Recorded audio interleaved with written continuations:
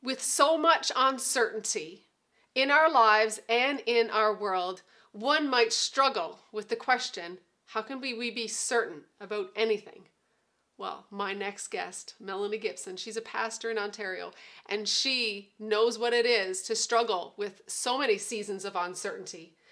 Not only has she struggled, but she's come out on the other side of that uncertainty and here to tell you how you can have certainty, hope, faith with Contagious Courage. Welcome to this segment of Contagious Courage with Vianne King.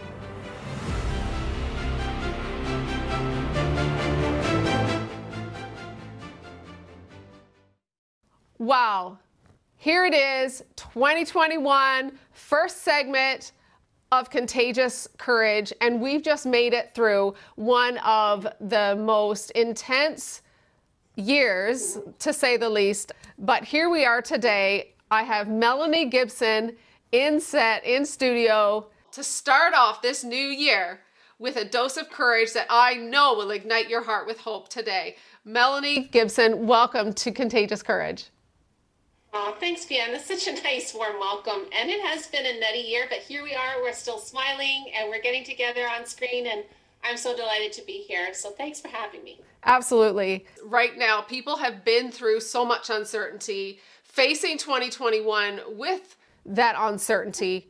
I want you to share your story, Melanie, of things that, where did this journey of uncertainty begin for you? And I'm going to have you walk us through how you gained security in and through that journey. So unbeknownst to my mom and I, my dad had been busily accumulating wealth in fraudulent ways.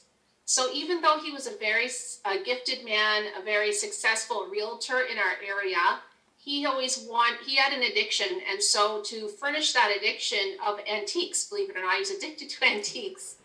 And so that he could buy these very expensive sort of Louis XV, very fancy furniture that he really wanted, he needed to continually borrow money and promise exorbitant interest rates in return. And so he got caught in this, his own lies, and eventually his creditors caught up with him.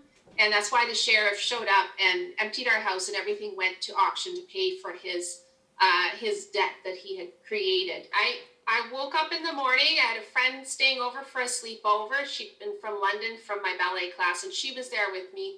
I remember the sheriff coming to our door, and I didn't know why he was there, but I just remember all this commotion in the hallway and talking and all these voices that I didn't recognize. So I went out to see what was happening, and I didn't know it, but they were there to take literally every stick of furniture in our house. And so in the morning, we woke up in this house that was fully furnished, a big home, like, I don't know, 19 or 20 room home.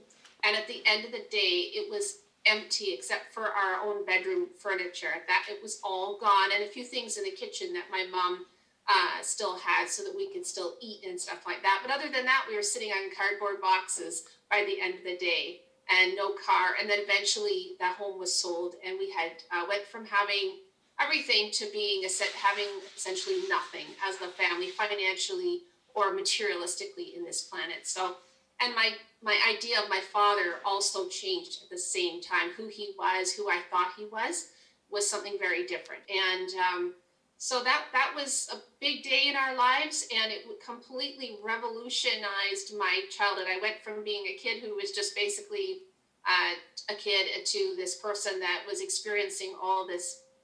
I saw firsthand how you can have a lot in one day and nothing the next. Wow.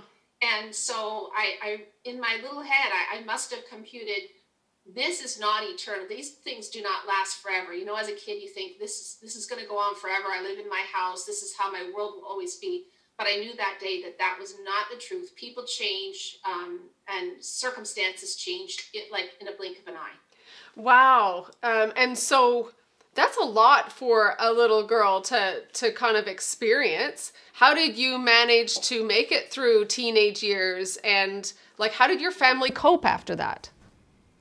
Okay, so like I said before, the worst part of our story is also the best part of our story. I had been to a vacation Bible school a couple years We lived in a teeny tiny small Ontario town. So, I mean, if you sneezed, the neighbor knew. It was like you, so everybody immediately knew what had happened to my family, the trouble my father had gotten in, da, da, da. It didn't take long to spread around town. And because we've been to that VBS for a couple of years running at a little tiny Baptist church with the most faithful pastor and his wife, these people are salt of the earth, beautiful, living, breathing Christians who really act on what they believe. He came to our house, saw a door of opportunity, and he said, I know what's happened to you. You need Jesus. You need Jesus. And he led us to the Lord. And so that day, with Pastor Les and Stella, it just changed my life. It changed my eternity. And so, yeah, God entered into our picture. So there's a huge question that I'm sure maybe people are asking as they're watching. So you receive Jesus. That does not put food on your table. How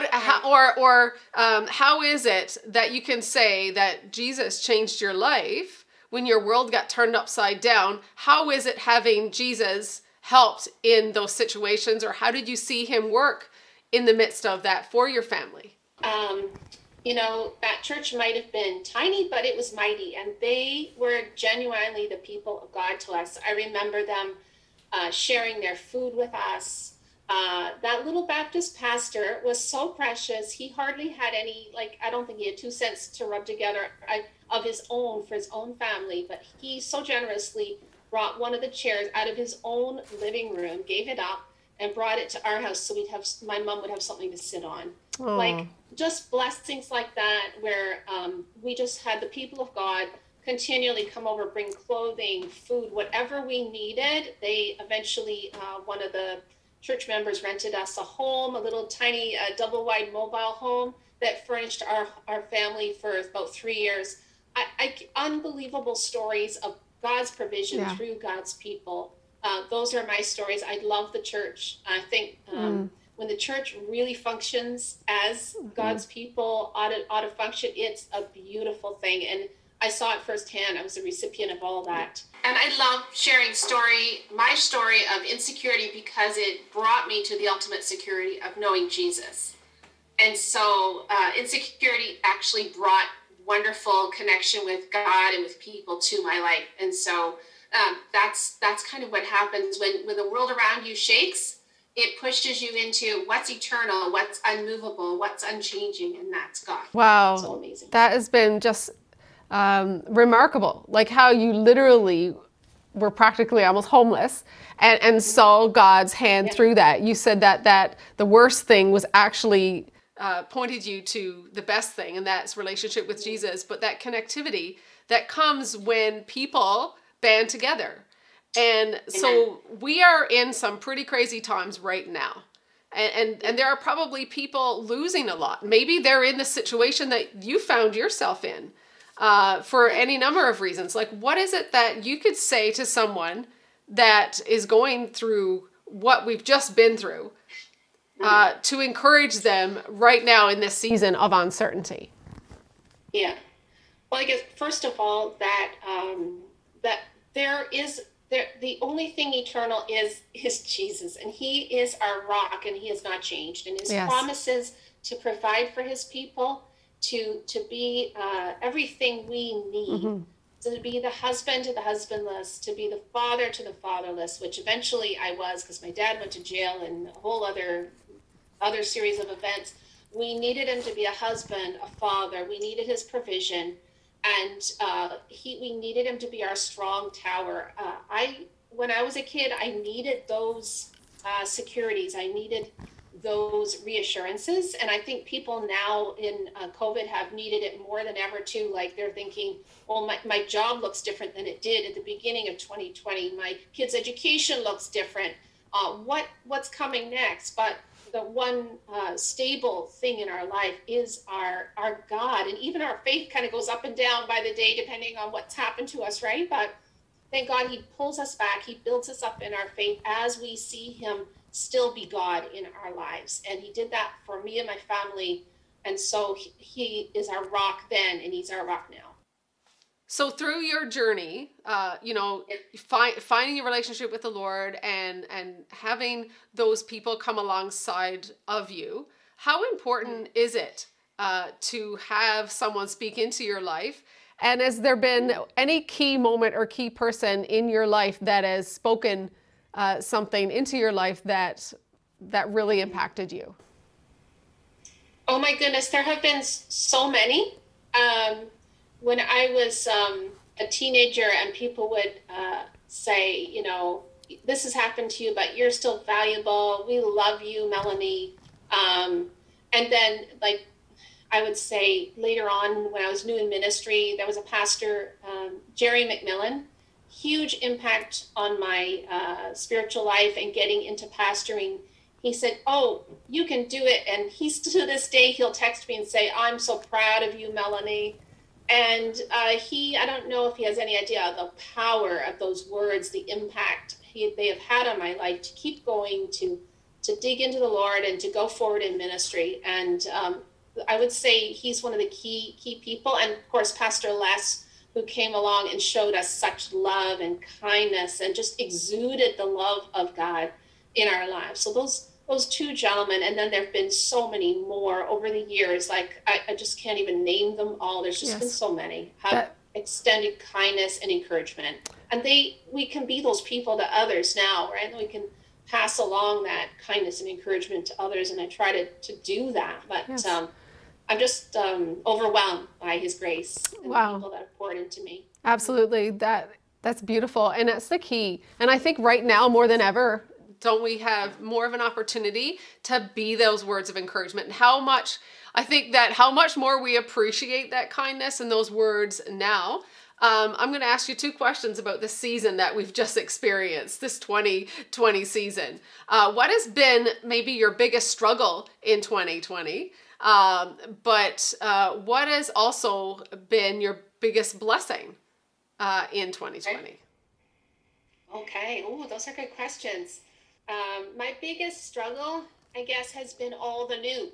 Every time I turn around, I feel like I'm Neo in the Matrix, trying to download a new way of doing something else, like simple, like grocery shopping, or I don't know, going to the doctor. Everything seems like there's a new way of doing it, and it might just have morphed or transitioned slightly from the old way, but still, it's a new thing to adjust to. So the constant and continual adjustment has been challenging, and I think for me, tiring as well. And I kind of relate to the people in the congregation.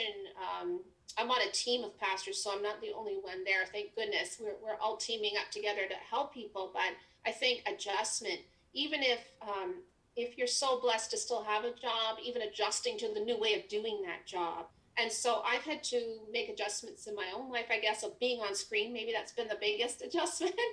I didn't even like my voice on the tape recording on the voicemail before, and now I'm on screen a lot and adjusting to getting used to seeing that, and redoing and retaping and doing lots of editing and all that stuff. But I'm getting used to it, and as a new way of communicating the gospel with people, and it's so exciting at the same time. So being able to know that people all over the globe can listen to a message or just be encouraged by my words just because now I'm online. So it's kind of cool. Yeah. All those exciting opportunities too, right? Yeah. So everything that you've gone through and all the uncertainty that you've experienced in your life, and even just most recently, what is it that you can maybe share right now, some words of encouragement to someone in the uncertainty that they're experiencing right now? We have all this new is going on around us, and I think that may continue to happen for the next little while. We'll still have lots of new things, and that's life too. We have new things happen, maybe not at the rapid pace that we did this year, but there's often something new and a new way of doing something. And it's funny, change and all these challenges have kind of brought to the surface the best in us and the worst in us, right? And so when we see the worst, we say, God, I confess that I didn't handle that very well. And I really snapped at that lady, or I was a bit snarky.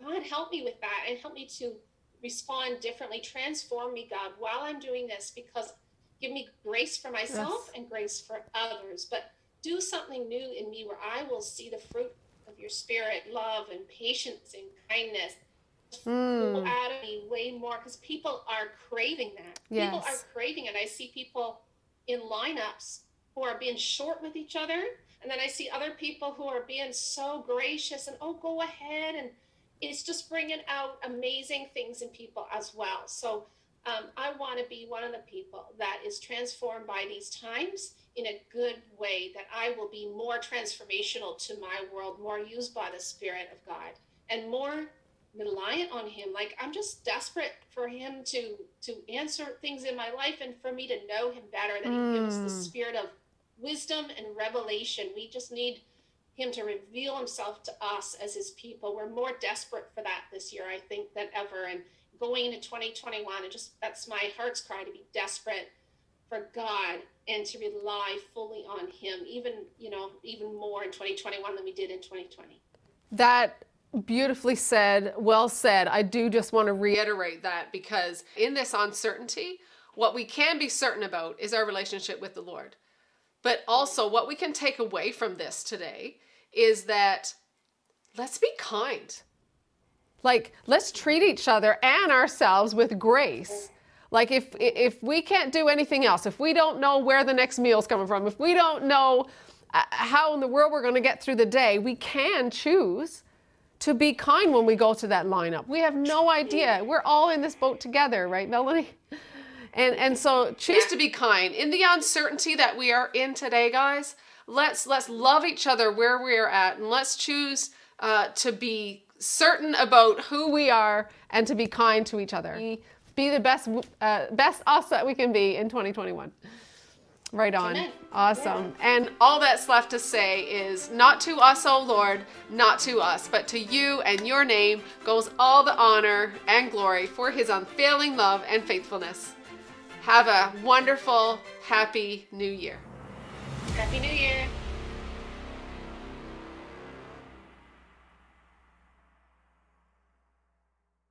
I'm just hearing a lot of static. Oh, we lost her. Oh, there she is again. Well, I was going to say Merry Christmas. We haven't even got to Christmas yet, and I'm trying to get into New Year's mode. Okay.